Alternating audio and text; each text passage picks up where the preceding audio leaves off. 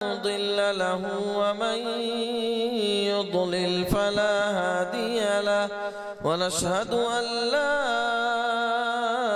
إله إلا الله وحده لا شريك له ونشهد أن محمدا عبده ورسوله فقد قال النبي صلى الله عليه وسلم أربع إذا كن فيك فلا عليك ما فاتك من الدنيا حفظ أمانة وصدق حديث وحسن خليقة وعفة في طعمة أو كما قال صلى الله عليه وسلم۔ سب سے پہلے عبادت سمجھ کر دربار رسالت مآب صلی اللہ علیہ وسلم میں درود شریف کا ہدیہ پیش کیجئے۔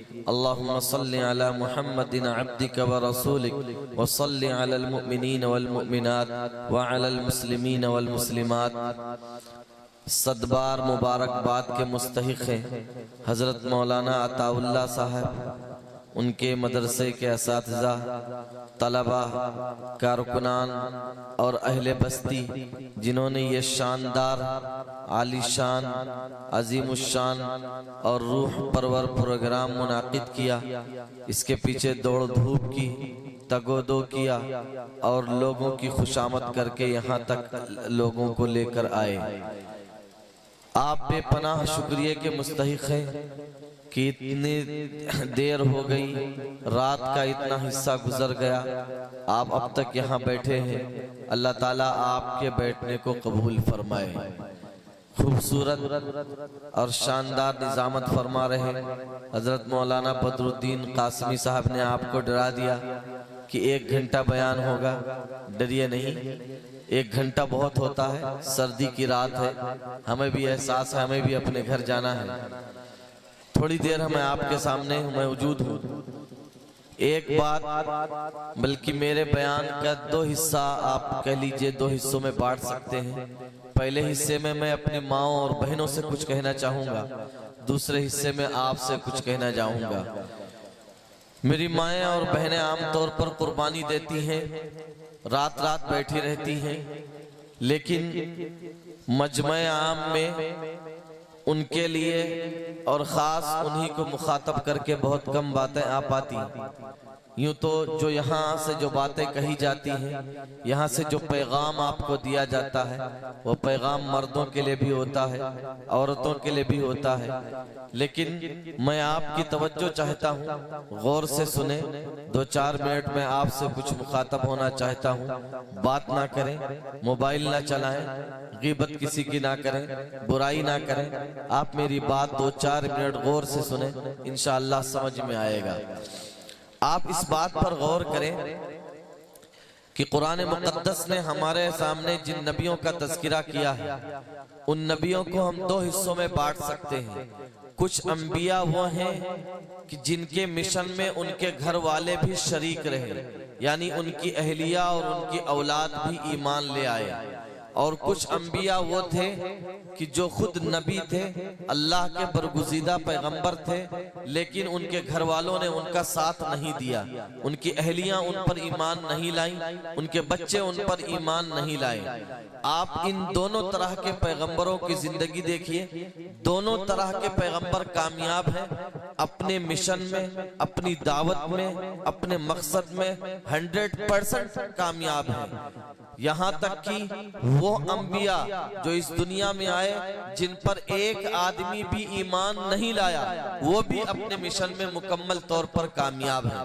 لیکن اگر ہم نتیجوں کو دیکھیں تو جن انبیاء کے گھر والے، جن انبیاء کی اہلیہ اور ان کے بچے ان پر ایمان لائے، ان کا مشن بہت بہت تیزی سے بڑھا ہے، پانی کی طرح بڑھا ہے، سیلاب کی طرح آگے بڑھا ہے۔ اور وہ انبیاء جن کے گھر والے، جن کے بچے ان کے مشن میں شریک نہیں ہوئے، ان کا کہنا انہوں نے نہیں مانا، وہ انبیاء اپنے مشن میں کامیاب ہیں، وہ انبیاء اپنے مشن میں 100% کامیاب ہیں، لیکن ان کی دعوت کا جو پھیلاؤ ہونا چاہیے، ان کی دعوت کا جو بہاؤ ہونا چاہیے، وہ بہاؤ اتنی تیزی سے نہیں بڑھا۔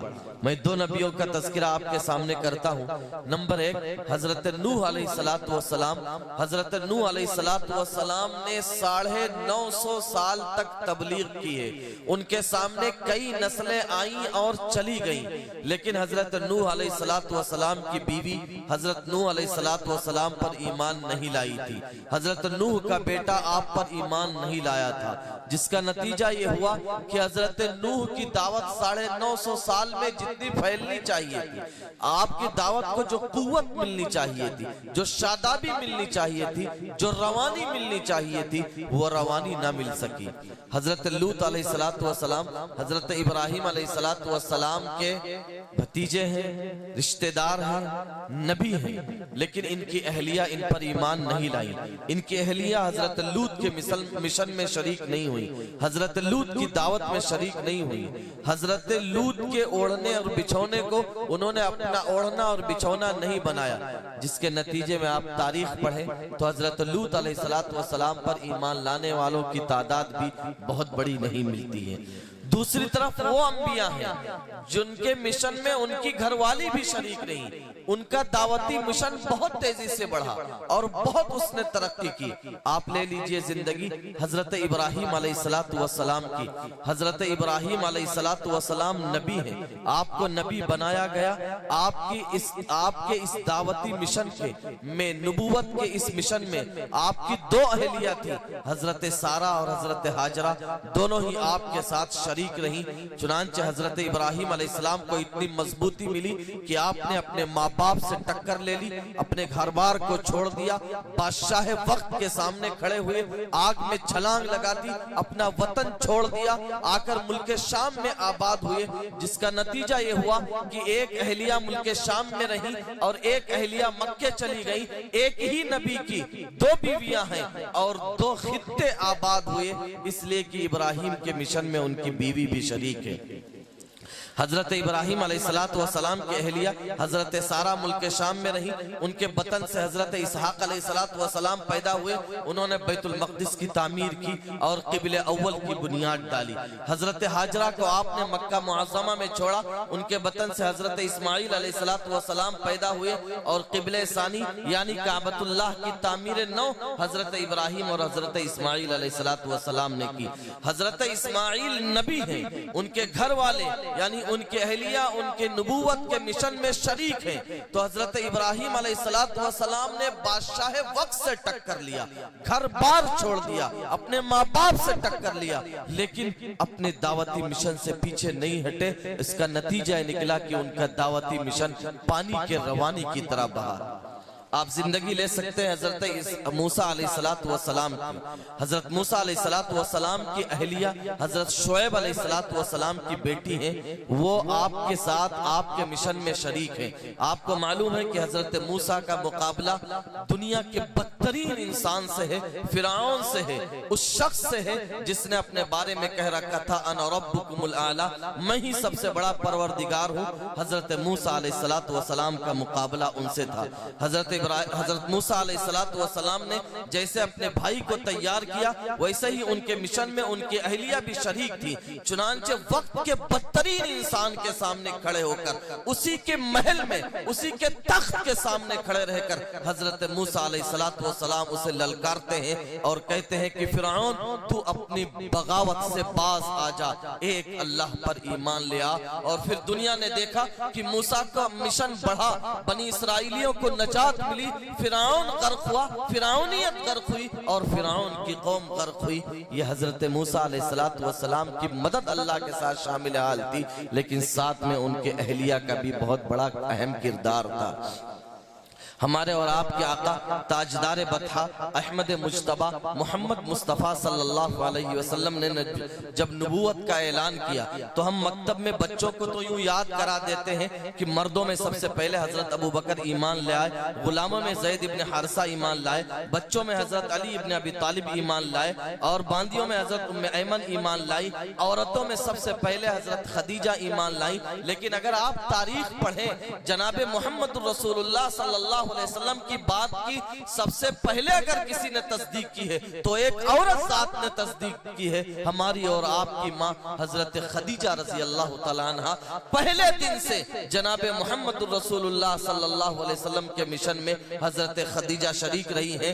ایک عورت نبی کے مشن میں شریک رہی ہے اور وہ عورت آپ کی اہلیہ محترمہ ہے، آپ کی زوجہ محترمہ ہے، جس کا نتیجہ یہ نکلا کہ جب پورا مکہ آپ کو دھتکارتا تھا حضرت خدیجہ آپ کو سینے سے لگاتے تھی، جب پورا مکہ آپ کے اوپر دھول ڈالتا تھا حضرت خدیجہ آپ کے اوپر محبت کے پھول ڈالتی تھی، جب پورا مکہ آپ کو ستاتا تھا حضرت خدیجہ آپ کو دلاسا اور تسلی دیتی تھی، جب پورا مکہ آپ کا بائیکاٹ کرتا تھا حضرت خدیجہ آپ کے قدموں میں اپنا مال و دولت لا کر رکھ دیا کرتی تھی۔ جناب محمد رسول اللہ صلی اللہ علیہ وسلم کی قدم قدم پل پل کی ساتھی اگر بنی ہے تو ایک عورت ذات بنی ہے حضرت خدیجہ رضی اللہ تعالیٰ عنہ۔ پھر جناب محمد رسول اللہ صلی اللہ علیہ وسلم نے عورتوں کے اندر بیداری پیدا کرنے کے لیے، شعور پیدا کرنے کے لیے، احساس پیدا کرنے کے لیے عورتوں کو آپ نے خاص طور پر مخاطب بنایا۔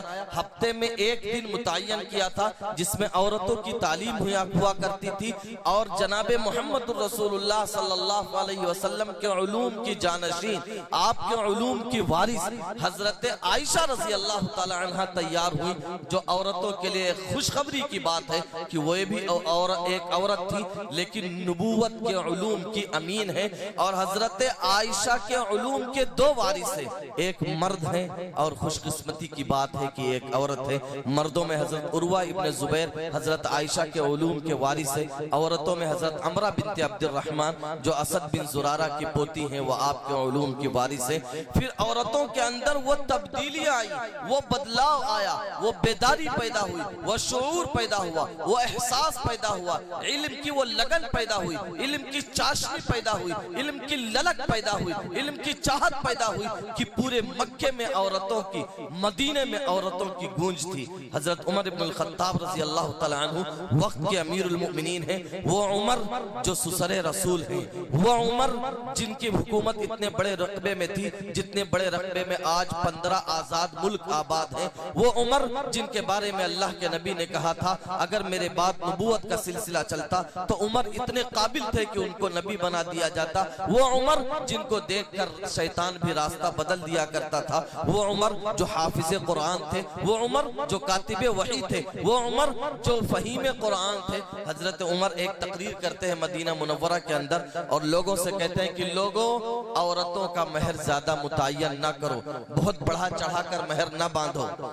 حضرت عمر نے تقریر کر دی، جب اتر کر واپس آنے لگے دروازے پر ایک قریشی عورت نے حضرت عمر کو روک لیا، کہا امیر المؤمنین جواب دیجئے، یہ جو آپ نے تقریر کی ہے کہ عورتوں کا مہر زیادہ نہیں ہونا چاہیے، یہ قرآن اور حدیث سے آپ نے یہ بات کہی ہے یا آپ کی اپنی بات ہے؟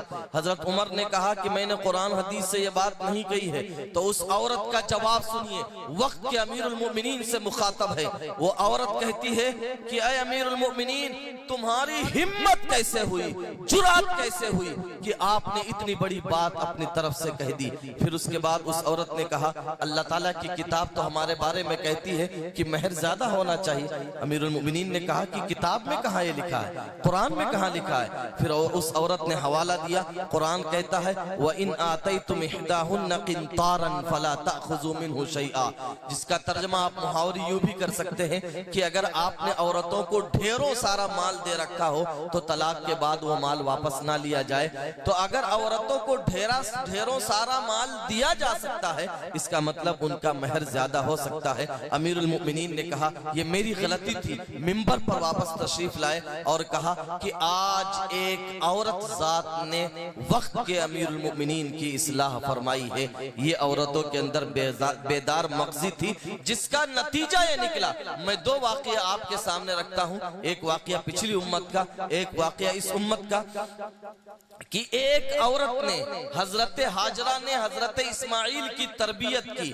حضرت ابراہیم تو ملک شام چلے آئے تھے, کبھی کدھار آنا جانا ہوتا تھا, لیکن جب حضرت اسماعیل جوانی کی دہلیز پر پہنچے ہیں, حضرت ابراہیم نے خواب دیکھا کہ میں انہیں ذبح کر رہا ہوں.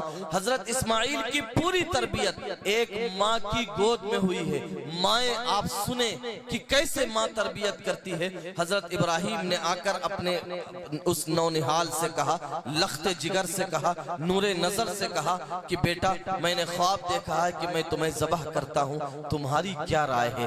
تو اس لڑکے کا جواب سنیے جس کو ایک ماں کی گودوں نے پالا تھا, ایک ماں کی شفقتوں نے جسے سوارا تھا, ایک ماں کی ممتا جسے ملی تھی.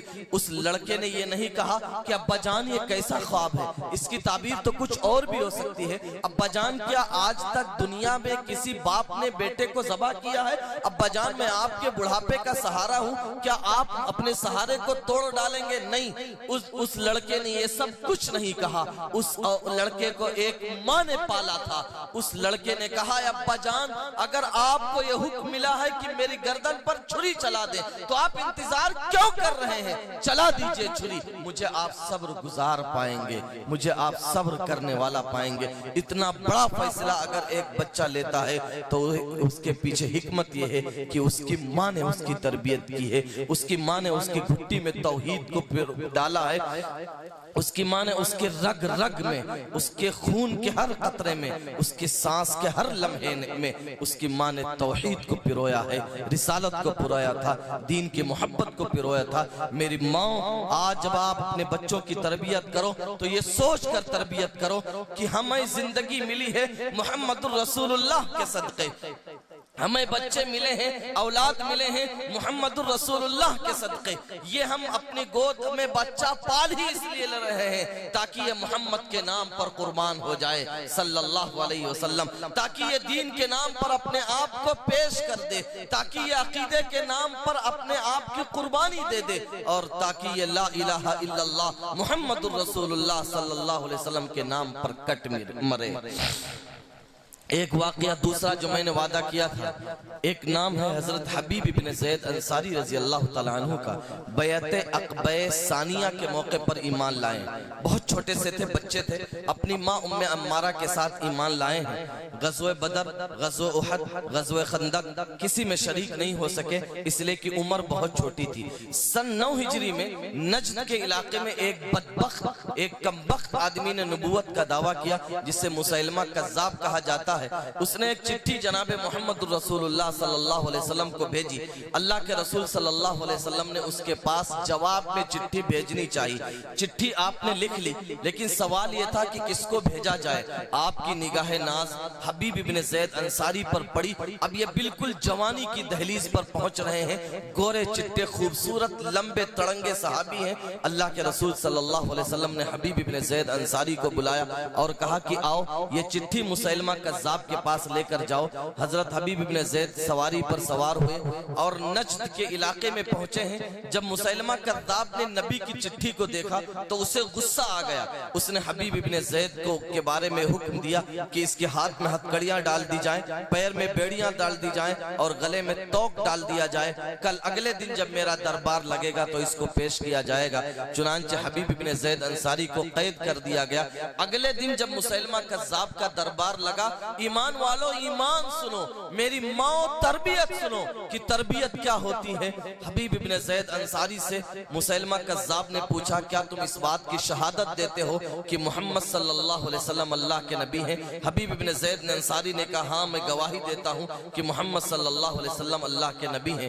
تو مسیلمہ کذاب نے کہا کیا تم اس بات کی بھی شہادت دیتے ہو کہ مجھے بھی نبوت میں شریک کیا گیا ہے؟ حبیب ابن زید انصاری رضی اللہ تعالی عنہ نے کہا مجھے سنائی نہیں دیتا ہے۔ اس کو بہت غصہ آیا کہ ابھی 1 منٹ پہلے میری بات سن لی تھی، اب ان کو سنائی نہیں دے رہا ہے۔ اس نے غصے میں آ کر حبیب ابن زید انصاری کے جسم کا ایک ٹکڑا کاٹا اور زمین پر پھینک دیا۔ اب زنجیروں میں جکڑے ہوئے حبیب ابن زید انصاری تڑپ رہے ہیں، ادھر زمین پہ ٹکڑا تڑپ رہا ہے۔ پھر اس نے دوسری بار یہی سوال کیا، حبیب ابن زید انصاری کا دوسری بار یہی جواب تھا۔ حضرت حبیب ابن زید انصاری کے جسم کا دوسرا ٹکڑا کاٹا گیا، پھر تیسرا ٹکڑا کاٹا گیا۔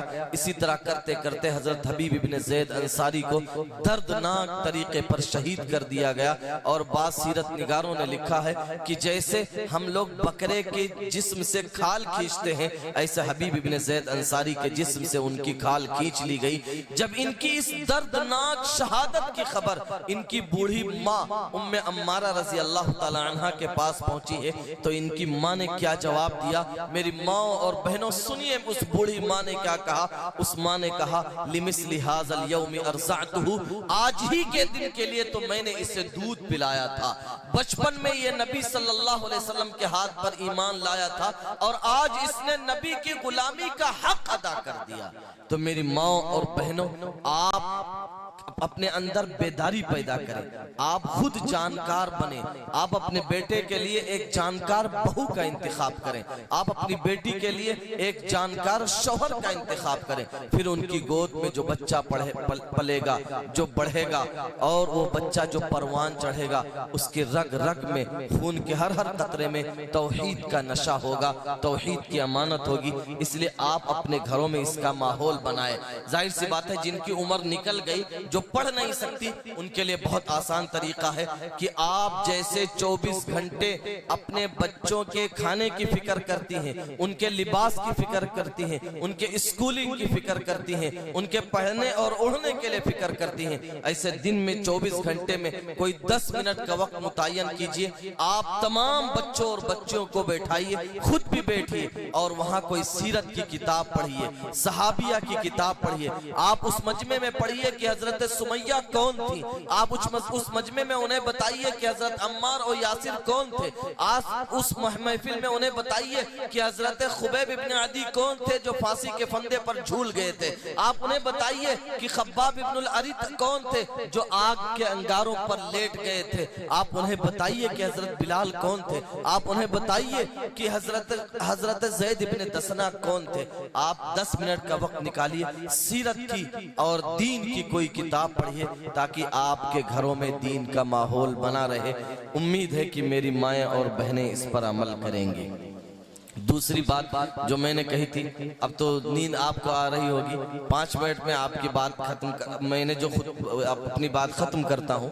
میں نے خطبے میں ایک روایت پڑھی تھی، اس میں اللہ کے رسول صلی اللہ علیہ وسلم نے فرمایا ہے اگر 4 چیزیں تمہارے اندر موجود ہیں، دنیا کا سارا مال و متاع، دنیا کی ساری دولت، دنیا کی ساری جائیداد، دنیا کا سارا خزانہ اگر تم سے جاتا ہے تو جاتا رہے، کوئی فرق نہیں پڑتا۔ اگر یہ 4 باتیں موجود ہیں تو سمجھو کہ تم وقت کے بادشاہ ہو، تم دنیا میں شہنشاہ ہو، تمہیں کسی چیز کی کوئی کمی نہیں ہے۔ ان 4 باتوں میں سے سب سے پہلی بات آپ نے فرمائی تھی حفظ امانت، امانت داری اور امانت کی حفاظت، امانت کی پاسداری، امانت کی ادائیگی کا اتنا اہتمام ہونا چاہیے۔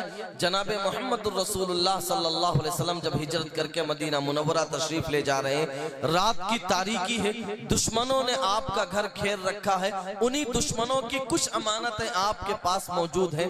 جناب محمد الرسول اللہ صلی اللہ علیہ وسلم نے حضرت علی کو اپنے بستر پر بٹھایا اور ان سے کہا کہ علی دیکھو، یہ جن لوگوں نے میرے گھر کا محاصرہ کر رکھا ہے مجھے مارنے کے لیے، یہ انہی کی امانتیں ہیں، کل ان کی امانتیں ان کو واپس دے کر مدینہ منورہ واپس آ جانا۔ آپ نے حضرت علی کی جان کو خطرے میں ڈالا ہے امانت کی حفاظت کے لیے، امانت کی پاسداری کے لیے۔ امانت کا ایک مفہوم تو یہ ہے کہ آپ کے پاس کوئی سامان رکھا جائے، جب اس کا مطالبہ ہو تو آپ چوں کا توں واپس کر دیں۔ علماء نے لکھا ہے اعلیٰ درجے کی امانت یہ ہے کہ آپ کے پاس اگر پیسے رکھے گئے ہیں تو پیسے جو رکھے گئے ہیں اس کے نوٹ بھی وہی ہونے چاہیے، نوٹ میں بھی کوئی تبدیلی نہیں آنی چاہیے۔ تو امانت کا ایک مفہوم یہ ہے کہ جو سامان آپ کے پاس رکھا گیا ہے، مانگا جانے پر جب اس کا مطالبہ کیا جائے تو سامان پورا کا پورا واپس کر دے۔ یہ امانت کا ایک سادہ سا مفہوم ہے جسے ہم سمجھتے ہیں، لیکن امانت کے اور امانت کی بہت ساری شکلیں ہیں، امانت کی بہت ساری قسمیں ہیں۔ امانت کی ایک شکل یہ ہے کہ ایک آدمی نے آپ سے مشورہ لیا ہے، کسی اہم کام میں وہ آپ کی رائے جاننا چاہتا ہے۔ اللہ کے رسول صلی اللہ علیہ وسلم نے ارشاد فرمایا المستشار مؤتمن، جس سے مشورہ لیا جاتا ہے وہ امانت دار ہے۔ اس کا فرض یہ ہے کہ سامنے والے کے مشورے کی حفاظت کرے، سامنے والے کے مشورے کو آؤٹ نہ کرے، سامنے والے کے مشورے کو دوسرے سے نہ کہے۔ اگر اس سے کسی نے مشورہ لیا ہے اور اس نے دوستوں کی محفل میں ٹھٹھا لے کر دوسروں سے بیان کر دیا تو یہ امانت میں خیانت ہے، یہ بدترین جرم ہے، بدترین گناہ ہے۔ اللہ کے رسول صلی اللہ علیہ وسلم نے امانت کی ایک شکل اور بتائی، المجالس بالامانہ۔ عام طور پر ہم چار لوگ بیٹھ کر باتیں کر رہے ہیں اور وہ چاروں لوگ یہ چاہ رہے ہیں کہ ہماری مجلس کی یہ بات باہر اٹھ کر نہ جائے، تو اب یہ بات امانت ہے، لہذا ان چار لوگوں میں سے اگر کوئی ایک آدمی اٹھ کر باہر جاتا ہے اور اس نے وہ بات کسی اور سے کہہ دی یا کہہ دیتا ہے تو پھر یہ امانت میں خیانت ہے۔ اس لیے مجلس کی بات مجلس تک ہی رہنا چاہیے، مجلس کے باہر نہیں پہنچنا چاہیے۔ امانت کی ایک شکل یہ ہے کہ آپ سے ایک آدمی کھڑے ہو کر بات کر رہا ہے، لیکن اس نے آپ سے یہ نہیں کہا ہے کہ میری بات کی حفاظت کرنا، بس یہ بات کرتے وقت ادھر ادھر دیکھ رہا ہے، تو اس کا ادھر ادھر دیکھنا یہ اس بات کی علامت ہے کہ وہ اپنی بات کی حفاظت کرنا چاہتا ہے۔ لہذا اب آپ کا فرض ہے کہ اس نے جو بات کہی ہے اس کو محفوظ رکھے، اپنے پیٹ میں دفن کر دے، اسے مجلس کی زینت نہ بنائے، اس بات کو محفلوں میں آپ نہ چلائیں۔ امانت کی ایک شکل یہ ہے کہ آپ کے پاس کوئی دکان ہے، سبزی کی دکان ہے، کپڑے کی دکان ہے، زیور کی دکان ہے، ایک آدمی آتا ہے آپ کی دکان پر سامان دیکھنے کے لیے، آپ اس کو اتنا سامان دکھا دیتے ہیں کہ وہ کنفیوز ہو جاتا ہے، وہ کہہ دیتا ہے بھیا جو اس میں سب سے اچھا ہو وہ آپ ہمیں دے دیجئے۔ اب اس نے آپ کو امین بنا دیا ہے، امانت دار بنا دیا ہے۔ اب یہاں آپ کی امانت داری کا تقاضا یہ ہے کہ اس رینج میں جو سب سے اچھا سامان ہو وہ سامان اس کے حوالے کیا جائے۔ اگر آپ نے یہ سوچ لیا کہ چلو اس بدھو کو تو کچھ معلوم نہیں، دکان کا سب سے گھٹیا مال دے دیا، سب سے خراب مال دے دیا، سب سے اولڈ اور پرانا مال دے دیا، سب سے بیکار مال دے دیا، تو یہ امانت میں خیانت ہے۔ امانت میں خیانت کی ایک شکل یہ ہے کہ امانت کی ایک شکل یہ ہے کہ قوم کی اگر کوئی پراپرٹی، مسجد ہو، مدرسہ ہو، وقف کی کوئی دکان ہو، وہ ہمارے حوالے کی گئی ہے تو ہم اس کی حفاظت کریں، وقت پر اس کا کرایہ ادا کریں اور جب مطالبہ ہو دکان کو خالی کر دیں۔ اگر دکان ہمارے حوالے کی گئی ہے اور سامنے والا دکان کا مالک یا وقف کا متولی ہم سے مطالبہ کرتا ہے کہ دکان کو خالی کر دو، ہم دکان کو خالی نہیں کرتے، تو یہ امانت میں خیانت ہے۔ اور امانت میں خیانت کا گناہ آپ سمجھتے ہیں، اللہ کے رسول صلی اللہ علیہ وسلم نے ارشاد فرمایا لا ایمان لمن لا امانت لا، اگر امانت کی پاسداری نہیں ہے، امانت داری کی اگر امانت کی ادائیگی نہیں ہے، امانت کی حفاظت نہیں ہے، تو تم نمازی ہو سکتے ہو، روزے دار ہو سکتے ہو، حاجی ہو سکتے ہو، زکوٰۃ ادا کرنے والے ہو سکتے ہو، سب کچھ ہو سکتے ہو، لیکن ایمان والے نہیں ہو سکتے۔ اس لیے اللہ کے رسول صلی اللہ علیہ وسلم نے ارشاد فرمایا تھا کہ جس کے اندر چار باتیں پائی جائیں وہ پکا منافق ہے۔ ان چار باتوں میں سے ایک بات یہ بھی تھی کہ اگر کوئی امانت کے اندر خیانت کرتا ہے، خرد برد کرتا ہے، تو وہ پکا منافق ہے۔ اس لیے ہمیں اور آپ کو ڈرنا چاہیے۔ دوسری بات ہم نے جو خطبے میں حدیث پڑھی تھی اس میں ہے سچائی کے تعلق سے کہ اگر سچ بولنا سچی عادت آپ کے اندر موجود ہے آپ دنیا کے سب سے بڑے مالدار آدمی ہیں۔ تیسری بات اس میں کہی گئی تھی کہ حلال کمائی حلال روزی آدمی کے پیٹ میں جو لقمہ جاتا ہے وہ حلال ہونا چاہیے۔ حلال روزی اہم ترین عبادت ہے۔ حضرت سعد بن ابی وقاص رشتے میں جناب محمد رسول اللہ صلی اللہ علیہ وسلم کے ماموں ہوا کرتے ہیں، وہ آئے اور کہنے لگے اللہ کے نبی صلی اللہ علیہ وسلم مجھے میرے لیے دعا کر دیجئے کہ میں مستجاب الدعوات بن جاؤں ہو جائے۔ اللہ کے رسول صلی اللہ علیہ وسلم نے انہیں نمازوں کو وظیفہ نہیں بتایا، روزوں کا وظیفہ نہیں بتایا، نفلوں کا وظیفہ نہیں بتایا، صدقہ اور خیرات کا وظیفہ نہیں بتایا۔ اللہ کے رسول صلی اللہ علیہ وسلم نے ان سے فرمایا اطب مطعمکا، تمہارے پیٹ میں جو لقمہ جا رہا ہے اس لقمے کو حلال بنا لو، تم مستجاب الدعوات بن جاؤ گے۔ یعنی جب بھی ہاتھ اٹھاؤ گے آسمان سے فیصلے اتروا لیا کرو گے، آسمان کے فیصلے بدلوا لیا کرو گے۔ تو اب ہمارے پیٹ میں جو لقمہ آنا چاہیے وہ حلال ہونا چاہیے۔ اگر حرام ہم نے اپنی اولاد کو کھلا دیا ہے یا خود کھا لیا ہے تو چاہے ہم کعبہ میں دعائیں کریں، چاہے کعبہ کا پردہ پکڑ کر روئیں اور چلائیں، چاہے حتیم میں پیشانی رگڑیں، ہماری دعائیں آسمانوں کے اوپر نہیں جائیں گی۔ چوتھی بات اس روایت میں فرمائی گئی تھی وہ حسن خلیقت، اور لوگوں کے ساتھ ملے تو اچھے اخلاق سے ملے۔ اچھے اخلاق کا مطلب عام طور پر ہم سمجھتے ہیں سوری بول دے، تھینک یو بول دے، ہائے بول دے، ہیلو بول دے، یہ بھی اچھے اخلاق میں آتا ہے۔ اچھے اخلاق کا مطلب تین چیزیں ہوتی ہیں۔ نمبر ایک کف الاذی، ہم دوسروں کو تکلیف نہ پہنچائیں، یہ اچھے اخلاق ہے۔ ہم نے راستے میں نالی بہا دی، ہم راستے میں اپنی گاڑی کھڑی کر دیتے ہیں، راستے میں ہم نے اوٹلا نکال دیا، یہ اچھے اخلاق نہیں، ہم لوگوں کو تکلیف پہنچا رہے ہیں۔ راستے میں اپنے جانور ہم نے اپنا جانور باندھ دیا، گزرنے والوں کو اور نمازیوں کو وہ جانور تکلیف دیتا ہے، یہ اچھے اخلاق نہیں ہے۔ دوسری بات، وقت نہیں ہے کہ میں آپ سے اس پر تفصیل سے گفتگو کرتا۔ دوسری بات آپ نے فرمائی وَبَذْلُ الْمَعْرُوفِ، اور لوگوں کو تکلیف سے بچاؤ۔ دوسرے نمبر پر جو تم سے ہو سکتا ہے وہ کرو، اگر راستے سے تکلیف دہ چیز کو ہٹا سکتے ہو تو ہٹا دو۔ اللہ کے رسول صلی اللہ علیہ وسلم نے ارشاد فرمایا میں نے ایک آدمی کو دیکھا کہ وہ جنت کی نعمتوں کے مزے لے رہا ہے، اس نے کام صرف یہ کیا تھا کہ راستے میں ایک ٹہنی اور شاخ پڑی تھی جو لوگوں کو تکلیف دے رہی تھی، اس نے اس شاخ کو اٹھا کر دور پھینک دیا تھا، جس کے نتیجے میں اسے جنت مل گئی تھی۔ کتنا آسان کام ہے۔ آپ جا رہے ہیں، جوتا پہنے ہوئے ہیں، کوئی پتھر پڑا ہے آپ مار دیں، کنارے چلا جائے۔ کوئی گندگی پڑی ہے، آپ کوئی چیز اٹھا کر اس گندگی کو کنارے کر دیں۔ تو آپ بھلائی کریں، لوگوں کے ساتھ نرمی کریں، سلام کریں، مدد کریں، ہیلپ کریں، یہ اچھے اخلاق ہے۔ اچھے اخلاق کا تیسرا درجہ ہے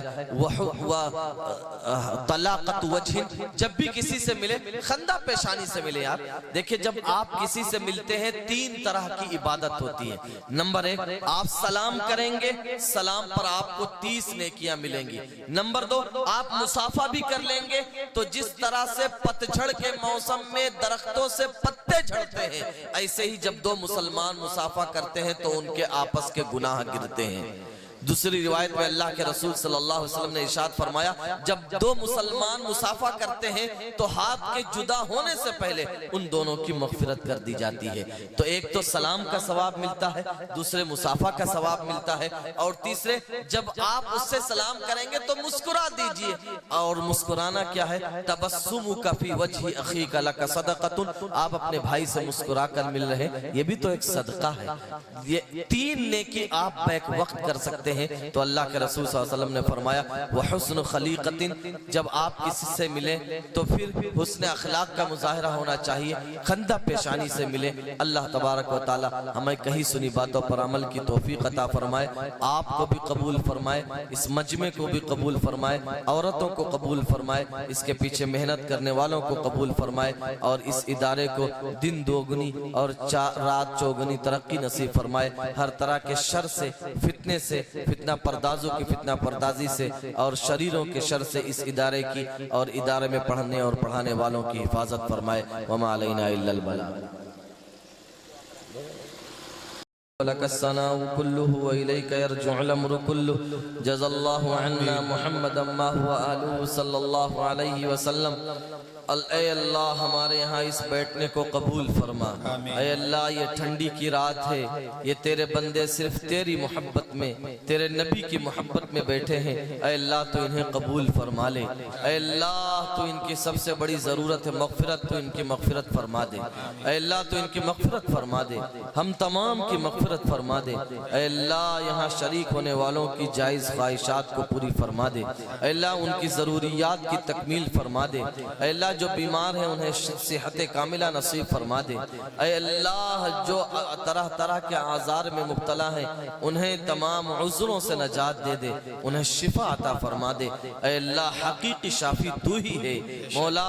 کوئی شوگر میں مبتلا ہے، کوئی بلڈ پریشر میں مبتلا ہے، کوئی گردوں کے مرض میں مبتلا ہے، کوئی آنتوں کے مرض میں مبتلا ہے، کوئی لیور کے مرض میں مبتلا ہے، کوئی سر کے درد میں مبتلا ہے، اے اللہ جو بھی جس مرض میں بھی مبتلا ہو تو سب کو شفا دے دے مولا، تو سب کو شفا دے دے، اپنے پیارے حبیب کے صدقے میں تو سب کو شفا دے دے۔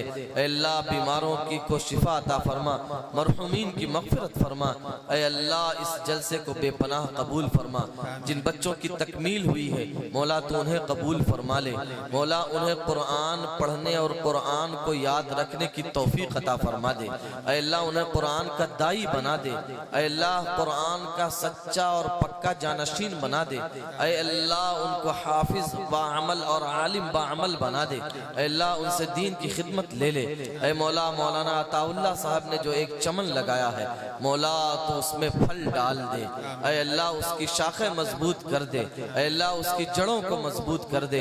اے اللہ اس ادارے کو خوب خوب ترقی نصیب فرما دے مولا۔ ہماری ان دعاؤں کو محض اپنے فضل سے محبوب پاک صلی اللہ علیہ وسلم کے صدقے طفیل میں قبول فرما۔ وصلی اللہ تعالی علی خیر خلقی والی وصحبہ اجمعین برحمتک۔